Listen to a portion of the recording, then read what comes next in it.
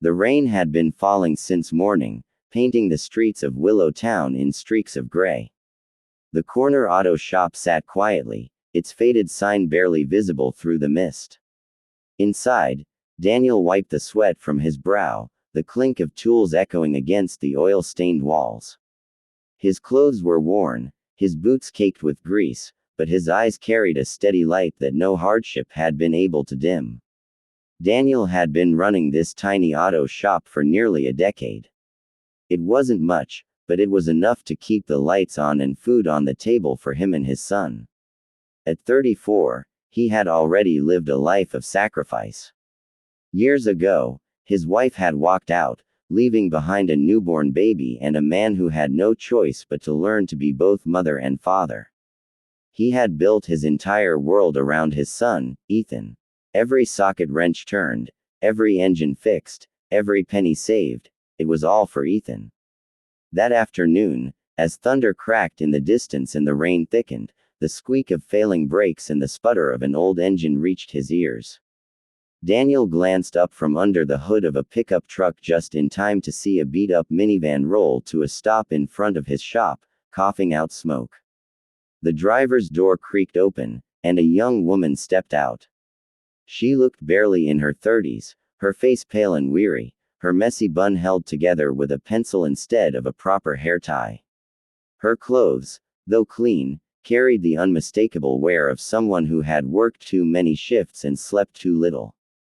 Daniel wiped his hands on a rag and walked over. "Car trouble?" he asked in his deep but gentle voice.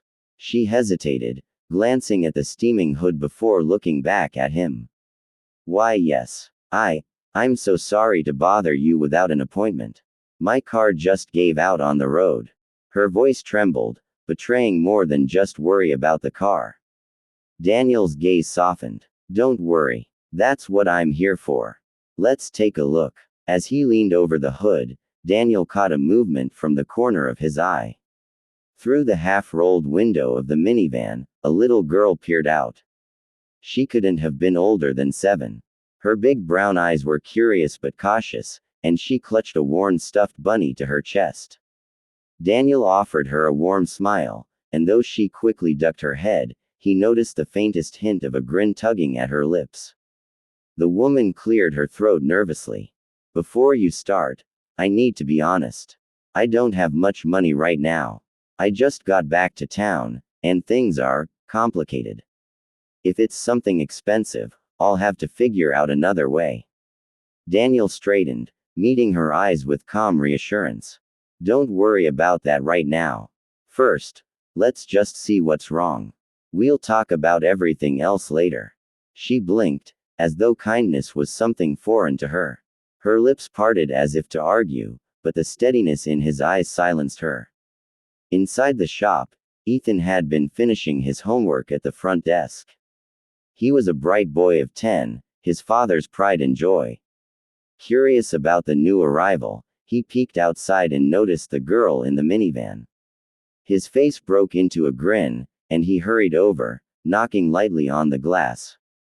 The little girl rolled the window down just a few inches. "Hi," she said softly. "Hi," Ethan replied. "I'm Ethan. What's your name?" She hesitated, hugging her bunny closer. Then, with a shy smile, she whispered, "Lily." "That's a nice name," Ethan said, leaning against the door. "Want to see my comic book? I was reading it inside." Lily's eyes lit up with interest, though she glanced toward her mother for permission.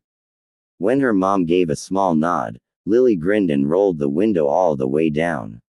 Within minutes, she and Ethan were giggling together over the pages of the comic, the earlier tension melting away. Daniel watched the scene with quiet amusement as he worked under the hood. He tightened a loose belt, checked the fluids, and wiped away grime, his hands moving with practiced ease. "You're lucky you stopped when you did," he said after a while. "This belt was about to snap. That's why it overheated. I tightened it up for now. Should be fine." The woman's eyes widened in relief. "That's it. Nothing major." Daniel shook his head. "Nope. You're good to go." Her shoulders sagged, as though a great weight had been lifted. Thank you. Thank you so much. She reached into her purse, pulling out a thin wallet. Her fingers trembled as she opened it, revealing only a few bills inside. She hesitated, then offered one to him. Please, I can't let you do this for free. Daniel lifted his hand, gently pushing hers back. Keep it. You've got a little one to take care of. That's more important. Her lips parted, stunned. But, no buts, he said firmly, though his tone was kind. Sometimes people just need help. Today, that's you. Maybe tomorrow, it'll be me. That's how life works. For a moment, she just stared at him. No one had spoken to her like that in a long time. Her chest tightened, her eyes stinging with tears she didn't want to shed in front of a stranger. She managed a small, shaky smile. You don't know how much this means. Daniel offered a modest shrug. Glad I could help. But before the conversation could continue, a small voice broke the silence. Lily, still sitting in the minivan beside Ethan, leaned close to her mother. She thought she was whispering, but her words carried just enough to be heard by everyone nearby. Mommy, that man is so kind. Please, please marry him. The world seemed to freeze for a moment. Claire, though Daniel didn't yet know her name, turned crimson, her hand flying to her mouth. Lily, she gasped, horrified. You can't just. Ethan burst into laughter, nearly falling against the car door. Daniel froze, his rag still in his hand, his face betraying both shock and the faintest hint of embarrassment. He cleared his throat, looking away quickly. The rain had slowed outside, leaving only the faint patter of droplets against the shop's tin roof. And in that fragile, awkward silence, something had shifted. Daniel's heart, guarded for so long, had felt something stir at the little girl's innocent words. He didn't dare admit it, not yet, but a seed had been planted. And though Claire's face burned with embarrassment, deep down, a part of her wondered why her daughter had said it so quickly, why, after only minutes, Lily had trusted this stranger so much. Claire's face burned crimson, her hands fluttering as though she could somehow catch her daughter's words and stuff them back into her mouth. Lily, she hissed, mortified. That is not something you say to strangers. But Lily only blinked innocently, hugging her stuffed bunny tight. But mommy, he's nice. He fixed our car and didn't even ask for money. Daddy never did things like that. I want you to be happy. The words cut through the air, simple yet piercing. Daniel shifted uncomfortably, clearing his throat as he looked away. His son, Ethan, on the other hand, nearly doubled over with laughter. See, Dad, Ethan teased with a grin. Even she knows you need a wife. Ethan, Daniel warned, though his lips twitched with the faintest ghost of a smile. Claire's heart pounded in her chest. She wanted to sink into the ground, to escape the embarrassment clawing at her. Yet behind the blush on her cheeks, there was something else, something she hadn't felt in a long time. A flicker of warmth, a reminder of what kindness and safety could feel like. The moment passed, with awkward chuckles and hurried goodbyes. Claire thanked Daniel again, though her voice was softer this time, less guarded. She guided Lily back into the van, her fingers trembling slightly as she gripped the wheel. As she drove away, she glanced in the rearview mirror. Daniel stood in the rain, rag still in his hand, watching them leave with an expression she couldn't quite read. The days that followed were ordinary for Daniel and Ethan, yet the memory of Claire and Lily lingered. Ethan wouldn't stop talking about the funny girl with the bunny, and Daniel, though he tried to brush it off, found himself replaying Lily's innocent whisper late at night when the house grew quiet. For Claire, life remained heavy. She was working double shifts at the diner, trying to balance rent, bills, and Lily's needs all on her own. But somehow, she found herself driving by Daniel's shop more than once, her eyes catching on the warm glow spilling from inside. She told herself it was coincidence, yet deep down she knew better. A week later, her van rattled again, this time with a squeaky noise that made her stomach sink. She debated ignoring it, but Lily's hopeful little voice from the back seat broke her hesitation. Mommy, can we go see the nice man again? Claire sighed, a small smile tugging at her lips despite herself. His name is Mr. Daniel, she corrected gently. Mr. Daniel, Lily repeated, grinning. I like him. So she turned the van toward Willow Street. Daniel was under a car when he heard the familiar rattle of the old minivan pulling in. He rolled out from beneath the vehicle, wiping his hands, and there they were, Claire, nervously stepping out, and Lily, already bouncing with excitement. Back so soon? Daniel teased lightly. Claire flushed, fumbling for an excuse. The car's making a noise. I wasn't sure if it was serious. Daniel gave her a knowing smile but didn't press. He leaned in, listening carefully as she started the engine. Squeaky belt. Nothing dangerous, just annoying, he explained. I can fix it in 20 minutes. Relieved, Claire exhaled. Thank you. Again. While Daniel worked, Lily ran straight toward Ethan, who was kicking a soccer ball in the lot.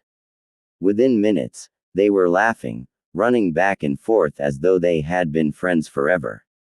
Claire watched them from the side, her arms crossed, her eyes softening. It had been so long since Lily had laughed like that, free, unguarded. Looks like they get along, Daniel remarked, glancing at her as he tightened the belt. Claire nodded, her lips curving into a faint smile. Yeah, Lily doesn't open up to people easily. She's been through a lot. Daniel didn't ask, but something in her tone told him enough. He finished the job quickly, then wiped his hands and looked at her. All done. No charge. Claire stared at him, frustration flickering across her face. You can't keep doing this. I can't keep taking your help for free. Daniel tilted his head, his eyes calm. You're not taking anything. I'm giving. That's different. Her breath caught. No one had ever put it like that before.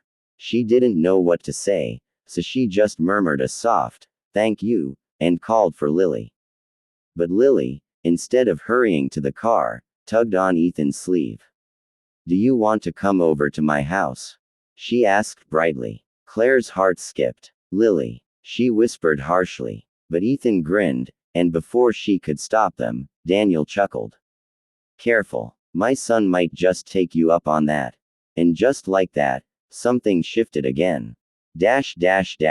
Over the next few weeks, their paths crossed more and more. Sometimes it was Claire stopping by the shop with small excuses about the van. Sometimes it was Daniel showing up at the diner, where Claire worked late. Into the night, he always left a tip bigger than she expected, never with pity, just quiet respect. The kids became inseparable. Ethan taught Lily how to ride a bike, and Lily taught Ethan how to bake cookies. Daniel and Claire, meanwhile, found themselves drawn into conversations that lasted longer than they should, conversations about dreams, fears, and the quiet battles of parenthood. One evening, after helping Claire carry groceries to her apartment, Daniel lingered at the door. The hallway was dim, but her eyes shone in the light. You've done so much for us, she whispered, her voice thick with emotion. I don't even know how to thank you. Daniel shook his head. You don't owe me anything, Claire. Not a thing. She hesitated, her lips trembling. I don't have much, but I know what I can give. I can give my heart. His chest tightened. He searched her eyes, seeing the raw honesty there, the quiet desperation of a woman who had fought so long to protect her child and had finally allowed herself to hope again. And then, a tiny voice cut through the silence. Please say yes, Lily whispered, clutching her bunny. Please, Mr. Daniel. Please marry my mommy. Daniel knelt down, meeting Lily's eyes, his throat thick. Slowly, he reached out, resting a hand on her small shoulder. Sweetheart, love isn't something you rush into. But I'll tell you this, I care about your mommy. And I care about you. That's a start, isn't it? Lily's smile spread wide, and she threw her arms around his neck. Claire's tears spilled over, her hand flying to her mouth as Daniel stood, pulling her into his embrace too. For the first time in years, Daniel felt something he thought he'd lost: home. For Claire, it was the first time she felt truly safe. And for Ethan and Lily, it was simple. It felt like family. Sometimes fate doesn't come with grand gestures. Sometimes, it's found in a broken down car, a child's innocent whisper, and the courage to let someone new in. And in that moment, Daniel knew, what began as a simple repair had fixed something far greater: two broken hearts finding each other at last.